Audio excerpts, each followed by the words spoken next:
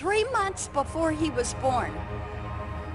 He had my eyes and nose. The leading cause of death in California among children is abortion. I could see his hands. I could see his arms. That was a living human being. Peacefully resting in his mother's womb. Killing a child, a living being, outside of its mother. This is the wonder of science.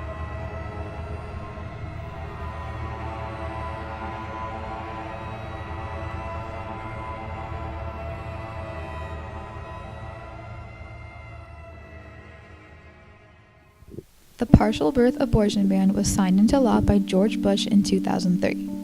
It outlawed an abortion procedure known as dilation and extraction, or intact dilation and evacuation. It leaves the health exception for mothers whose lives are at risk. A dilation and extraction procedure goes as follows. The fetus is grabbed by the foot and pulled out feet first, until the only part remaining inside of the uterus is the head. A pair of scissors is then used to puncture the fetus's skull, and then expanded to widen the gap. If this does not kill the fetus, a tube is inserted into the hole and used to suck out the fetus's brain. The skull collapses and is removed from the mother. This procedure is used only on fetuses in the second and third trimesters, when they are usually viable and able to feel pain. The partial birth abortion ban protects fetuses from an inhumane death. In 2007, the ban was upheld in the case Gonzalez v. Carhart. Leroy Carhart was an abortion doctor who argued that the ban was unconstitutionally vague and that it didn't specifically outlaw only dilation and extraction abortions. The Supreme Court ruled that the ban was not unconstitutional, but added a health exception for the mother. Another issue arises from the now more common procedure, dilation and evacuation, which can be used instead of a dilation and extraction. In a dilation and evacuation, a fetus is grabbed by the part nearest to the opening. It is then slowly dismembered until the head is reached, which is crushed and then removed from the mother. It is argued that this procedure is more dangerous than a dilation and extraction because it can leave behind fetal parts, which can lead to infection and even death of the mother. However, doctors have worked to perfect dilation and evacuation procedures, and a study by CDC showed that in the year 2000, dilation and extraction procedures only accounted for 0.17% of total abortions anyways. Also, the ban states that a dilation and extraction procedure cannot be used on a living fetus. So, if the fetus were to first be killed by, say, lethal injection, then a dilation and extraction procedure would be perfectly legal.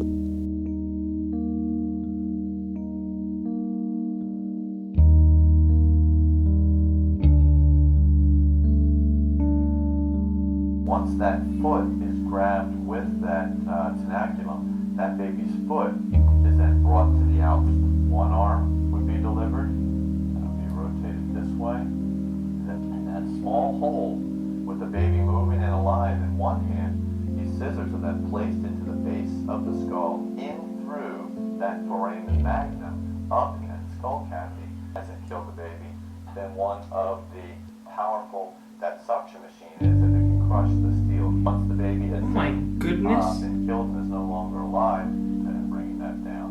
So when you hear the term partial birth abortion, killed, and then once the baby is killed, then the remainder of the baby is allowed. Kill the baby, That's the little partial birth baby. abortion.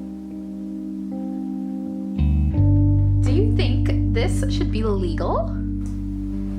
Of course not. I mean, they're just killing the babies. Did you know that the baby is developed enough to feel everything that's going on? Of course not. I mean, I thought it was just a vegetable or something. I didn't think that it was actually able to feel. I thought it was just like not developed at all or anything. Do you think you could withstand the pain of scissors being jabbed into the back of your neck? No, that would be like a knife trying to kill me. Yeah, that would pretty much hurt. Yeah. If you knew this is how your child would die, would you try to stop it? Yeah. Oh, my child dying of getting stabbed in the back of the neck and be like, and then the little like drain thing suck out its like brain. How do you feel about this partial birth abortion? I think that it is actually a really bad thing, and it shouldn't happen because it's basically murder. Did you know that it's actually illegal now?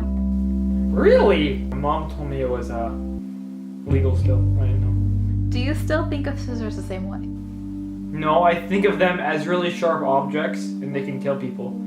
So I think I should hold my scissors from the bottom instead of the top now.